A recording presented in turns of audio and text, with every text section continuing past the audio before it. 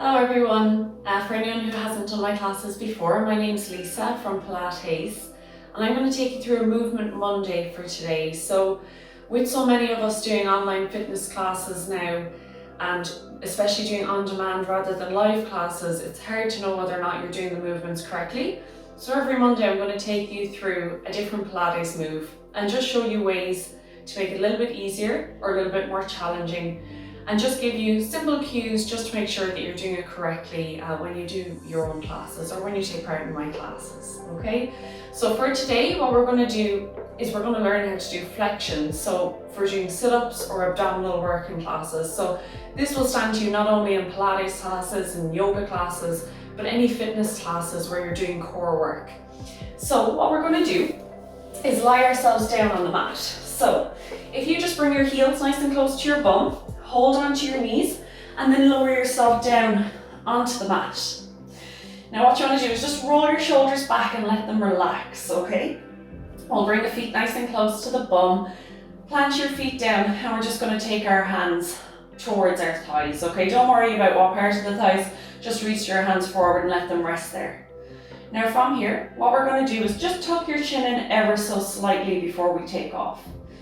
Now what I want you to think, whenever you're doing a sit-up, the only reason that your head, neck and shoulders are going to lift off the mat is because your core is shortening. So when you exhale, you're going to move your ribs towards your hips. And I want you to do that now just before we lift up. Just take an inhale, create space between your ribs and hips. Lengthen your abdominal wall. And as you exhale, ribs and hips move together. And then again, big inhale, lengthen your core. Exhale, feel it shorten. And that's what you want to focus on, that kind of movement of lengthening your core and shortening your core to create the movement. Now, a lot of people also get maybe a little bit of back pain when they do sit-ups or when they do flexion. So before you take off, just roll your hips a little bit towards your belly button so your low back becomes pretty flush with the mat. Now, it doesn't have to be glued down to the mat. You'll have a little bit of space, maybe just to fit your fingers in. So just pop your hands into your low back there. Make sure you don't have loads of room to move your hands around. You can literally just slip the fingers in there. Okay. From here, we'll pop those hands back up to the thighs. Chin is tucked in. I'll take a lovely big inhale through my nose. And as I exhale, I'm going to start to move my ribs towards my hips. As I do, I'll start to let my head lift, my chest lift, my shoulders. I'll lift up just to about here. Get the shoulder blades off the mat. And then inhale, release it all back. And then again, big inhale. Exhale, I'm going to move my ribs to my hips, look at my belly button, lift up, and then release it back down. And the reason I like to have my hands on my thighs, just to practice, you can keep moving here, just feel that movement, is what sometimes happens when we take our hands behind our head. We just pull our head up and off the mat. So we'll do that in a moment where we're not pulling our head off the mat, but just that type of movement. For now, we're keeping the hands on the thighs to avoid that dragging of the head. The only reason your neck and head are lifting is because your abdominal wall is shortening. So those ribs move into the hips and ribs and hips separating. Now another lovely cue that I like to use during class that helps a lot of people, I know it really helps me, is to imagine if you had a really, really tight jumper on and you were trying to take the jumper off over your head. So you'd scoop and curl up. That's the kind of movement you do with your spine. And then release it all back. So think, you have your tight jumper on, you're going to curl and lift it off, and then release back. Super. Now if that's feeling good, let's take the hands behind the head, interlink the fingers, and I like to let the thumbs go down the length of the back of the neck. Elbows are wide. Now remember, you're not just pushing your head up with your hands, you're doing the same movement, ribs to hips, chin tucked in before we take off. Big inhale through the nose.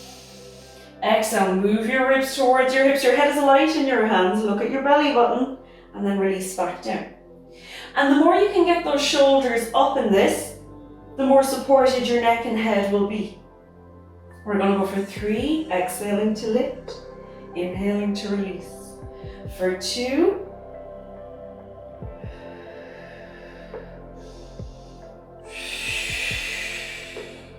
now last one, go up and hold it there. Take your hands to the sides of your thighs and just reach your hands a little bit more forward, get those shoulders lifted a bit more. From here we'll move ribs to hips, ribs to hips, ribs to hips. We're just really trying to feel how our abdominal wall can activate and lift us higher. Ribs to hips, we're just doing 5, 4, 3, 2, 1. Big inhale, exhale, release. Okay, well done. Now, from there, we can take it on to some of our classical Pilates moves that you will meet in class. Certainly in my classes, you'll be meeting single leg stretch. So we're going to do that now today. So from here on this one, we're going to bring our hands up from our shoulders. So we're just going to try a few different ways of doing your sit-ups or doing your flexion today with the hands. And you'll find what works best for you then. And you can always switch to those during class. If the instructor says hands behind the head, but you know it feels better for you to have the hands up because maybe your shoulders are a bit tighter, you can go for that. So bring the hands up, have your thumbs facing back, pinky fingers forward, tuck your chin in. Make sure you just have that little gap in the low back. We take a lovely big inhale through the nose. And as you exhale, move your ribs to your hips. Think of that really tight jumper coming up and off over your head. Hands come down the sides of your thighs. Now from here, we're going to bring both legs into tabletop. So I've got my right leg up in tabletop, just knee over the hip, shin in line with my mat, and my left leg comes up. Now inner thighs together, feet together. We're just holding here, just feel this position. This is the starting position for a lot of your abdominal work in Pilates, so it's nice to get comfortable here with this and just feel how this movement is. From here, take your hands to your left knee and draw that knee into your chest, reach your right leg forward, toes pointing forward. Now here's a little tip for you. If you've got any weaknesses or tightnesses in the low back or the hips, go higher with the leg that you have out in front. Whenever you have a straight leg, have a little higher up. That's going to take off any pressure you have in the hips or the back. The lower you go, the more challenging it will be for your lower abdominals, your hips and your back, okay? More of a challenge, lower. If you need to modify, go higher. So you choose your level now. I'm going to just reach straight out from my hip. I've got my left knee in towards my chest, my shoulders are up. From here, I'm going to take an inhale, exhale, I'm going to switch my legs. Inhale, exhale, switch. Now stay looking at your belly button and think, every exhale, ribs move closer to the hips. Inhale, they can still release, but you're going to keep your head, neck and shoulders up. We'll just do 5. We'll do 4 and 3, keep breathing. 2 and last 1. Both legs to tabletop and you can release back down. Well done. Now we'll keep those legs up in tabletop here because we're going to do another movement. I'm just going to take you through a few of the core, fundamental core movements of Pilates. So we just done single leg stretch. And the next one we're going to do is double leg stretch. So again, we'll take the hands up, thumbs facing back, pinky fingers forward, legs in tabletop to start. Make any adjustments you need to with your back and tuck your chin in. Now, if you find tucking your chin in is just really, really difficult here, if you find your head is going back like this, maybe if you sit at a desk a lot, or if you've got trouble with your shoulders or your neck, you might find it difficult to keep your chin tucked in this straight line with the neck. You could pop something underneath your head here and just elevate it ever so slightly, a little folded up jumper or a small cushion, just pop underneath the head just for a bit of support, okay? So there's another little modification for you, okay. From here, we'll take a big inhale. Exhale, you're going to lift up, move your ribs to your hips.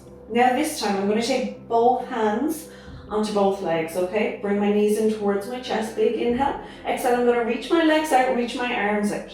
Inhale, I'll draw back in. Exhale, reach. Inhale, draw back in. Exhale, reach. Inhale, draw back in. Now think about what your core is doing. Every exhale, ribs and hips can draw closer together. Every inhale, they can reach further away. Now you might like to inhale as you reach the legs out, feel the space in the tummy. Exhale, draw back in, ribs and hips come closer. So there's no right and wrong breaths in class. The instructor will always recommend a breath, but if it feels better for your body to do it the other way around, you can absolutely go for it. Remember, go higher with your legs here to make it easier, go lower to make it more challenging. If you're having any strain in the head, neck or shoulders, try and get your shoulders a little bit higher up, so you can always pause, lift the shoulders a little higher, and then go again. The higher you have the shoulders up, the more supported the neck and head will be. Don't worry, I know we've done a lot of reps, so we only have 3 to go. And 2. And last one. Knees in and rest your head. Now give yourself a little baby rock from side to side. And you can rock the hips forward and back as well. Okay. From there, rock the hips back, rock yourself upright to seated. So there you have it. There's a few little exercises for you to practice and a few cues for you to take away for today.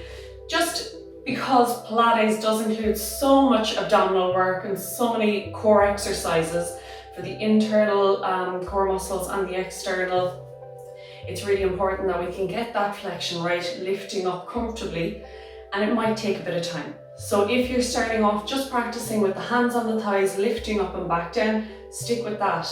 And if it comes up in class that the movements are getting more and more advanced and you can't keep up, just keep practicing that first movement. Wait until it feels good for your body, you feel like you're doing it right, and you can really feel the core shortening and lengthening to lift you up without any strain in the head, neck and shoulders. Then we're in the right place and we're ready to move on to the next movement. So I hope you got something from today, and I'm looking forward to seeing you again next Monday for our next Movement Monday. Have a great week. Talk to you soon.